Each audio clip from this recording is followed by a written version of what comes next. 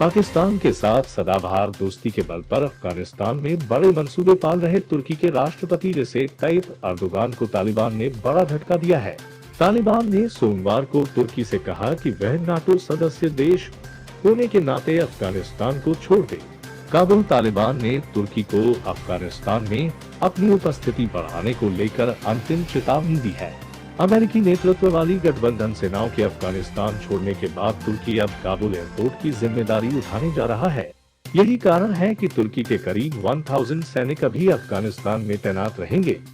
इसी को लेकर तालिबान ने कहा है कि तुर्की का ये निर्णय अनुचित है। उन्होंने ये भी कहा कि हमारी संप्रभुता और क्षेत्रीय अखंडता का उल्लंघन है और हमारे राष्ट्रीय हितों के खिलाफ है। अमेरिका को खुश करना चाहते हैं।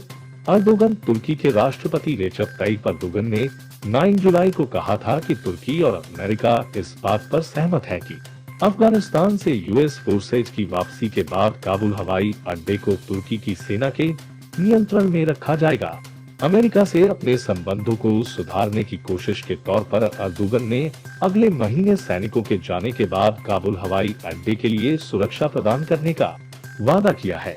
तुर्की को पहले भी चेतावनी दे चुका है।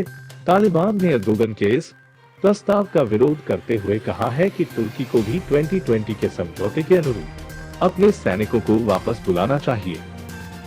इससे पहले भी तालिबान के प्रवक्ता सुहेल शाहीन ने तुर्की को अपनी सेना वापस बुलाने को लेकर चेतावनी दी थी।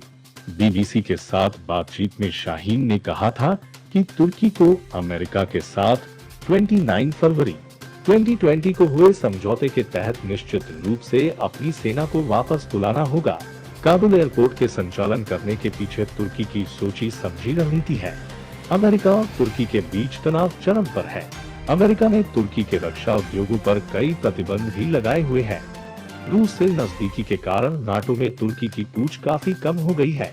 इसलिए राष्ट्रपति एर्दोगन अपने देश से हजारों किलोमीटर दूर इस एयरपोर्ट की जिम्मेदारी संभालने की बात कर रहे हैं। इसके अलावा अफगानिस्तान का एयर स्पेस एक अंतर्राष्ट्रीय एयर रूट भी है। इस पर कब्जे का मतलब एशिया और यूरोप के आसमान पर कब्जा करना है। काबुल एयरपोर्ट से तुर्की को क्या फायदा? काबुल एयरपोर्ट के जरिए मध्य एशिया के हवाई क्षेत्र पर नजर रखी जा सकती है। अमेरिका इस एयरपोर्ट के जरिए ईरान, रूस और चीन तक हवाई घुसपैठ कर सकता है। इसके लिए अमेरिकी रक्षा मंत्रालय ने पाकिस्तान से बलूचिस्तान क्षेत्र में एक एयरबेस की मांग की थी। बदले में अमेरिका पाकिस्तान को आर्थिक सहायता बहाल करने को तैयार था, लेकिन इमरान खान ने अमेरिका के इस प्रस्ताव को नकार दिया, जिसके बाद अमेरिका अब काबुल एयरपोर्ट को किसी भी कीमत पर छोड़ना नहीं चाहता है। काबुल एयरपोर्ट के संचालन में तुर्की पाकिस्तान और हंगरी की सहायता ले रहा है।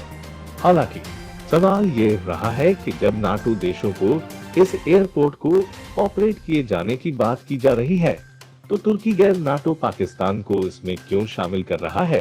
इसके पीछे एर्दोगन का पाकिस्तान प्रेम साफ दिख रहा है। दरअसल वे पाकिस्तान के जरिए तालिबान को साधने की कोशिश में हैं। साथ में पाकिस्तान को काबुल में भारत के अभियानों पर नजर रखने की ताकत मिल जाएगी। वह मध्य एशिया में भारत के हवाई मिशनों पर भी नजर रख सकता है। तो आज के लिए इतना ही सही। ऐसी ही खबरों के लिए बने रहिए हमारे न्यूज 25 के साथ। अगर आप अभी तक हमारे चैनल को सब्सक्राइब नहीं किए तो कर लें। फिर मिलते हैं अगले वीडियो में सिर्फ न्यूज 25 पर। All the best.